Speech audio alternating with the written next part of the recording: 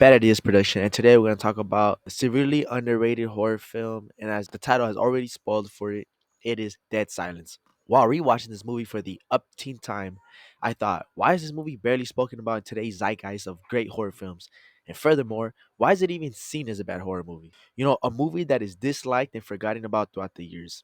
Directed by the iconic dynamic duo James Wan and Lee Winnell in their sophomore effort after their successful first venture with Saw. Dead Silence is about a man returning to his hometown of Ravens Fair to unravel the mysterious death of his wife shortly after receiving a puppet at his door. Released in 2007 with a $20 million budget, Dead Silence would be a box office failure as it only made 22 million in its theatrical run, which is another way of saying it's a certified flop. Lee Winnell wrote an article about his experience with the making of this film, claiming it was the worst experience making a film that he has ever had. Also, suggested that the script had script doctors appointed by the studio to align the script to match with what the studio wanted the film to be.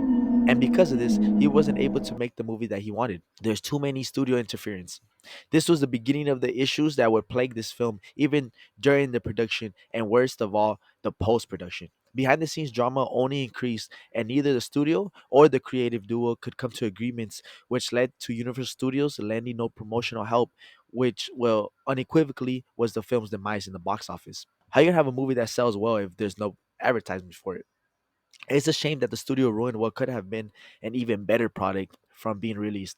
I could only imagine what that would have looked like. Having said all this, I still love this movie and think that it's a fun, campy at times, and a frightening ghost story.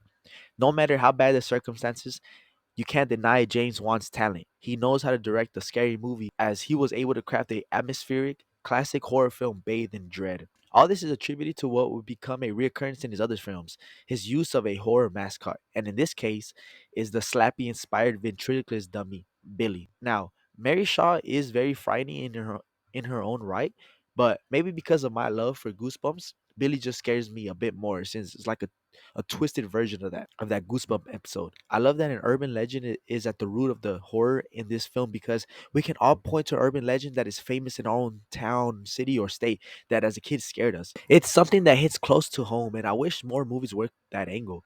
What makes this movie great is its simplicity. This is a very conventional horror film filled with tropes and jump scares, and there's this stigma where people think that automatically means it's a trash movie, but on the contrary, there's nothing wrong with that as it boils down to its execution. And with James Wan at the wheel, there's little doubt it's not going to be at least a good movie. He is a master of his craft, and this is just another example. Now, he would go on and make masterpieces later in his filmography like The Conjuring, Insidious. I think he actually peaked at The Conjuring too. But you can see some of his talent on screen with the suspense and good crafting of jump scares to the scary imagery real throughout. Not all movies have to be subversive or inventive as long as they're entertaining and most importantly scary. Another good example of this idea is the movie Smile. Super simple, super conventional horror movie that is elevated by its creative and elaborate jump scares and youthful energy with his directing. You can This see the wasn't me. passion brimming through the It film. If wasn't. you It want to see how important wasn't me. execution is, watch the movie Truth or Dare from 2018 and see the difference that talent behind the camera and passion behind the camera can do to a movie because that movie is dog shit, but yet has the same concept that Smile does. Literally the same concept, two different movies. Now back to Dead Silence. My least favorite part of the movie is the last 5 minutes of this film, where I do think that they took a big swing, yet they missed.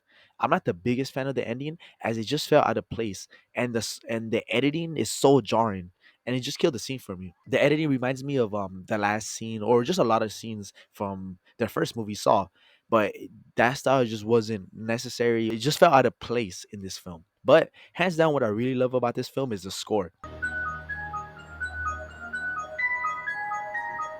It reminds me of the Sinister OST for some reason, which is odd as they don't sound similar, but they both give me that same feeling of fear and makes my head bob. I made a mistake. We should have never come to this house. We have. I have this in my Spotify playlist. That's how good it is. Certified banger. What's weird is also this track is very similar to the farewell track that is found in the first episode of Batman Beyond.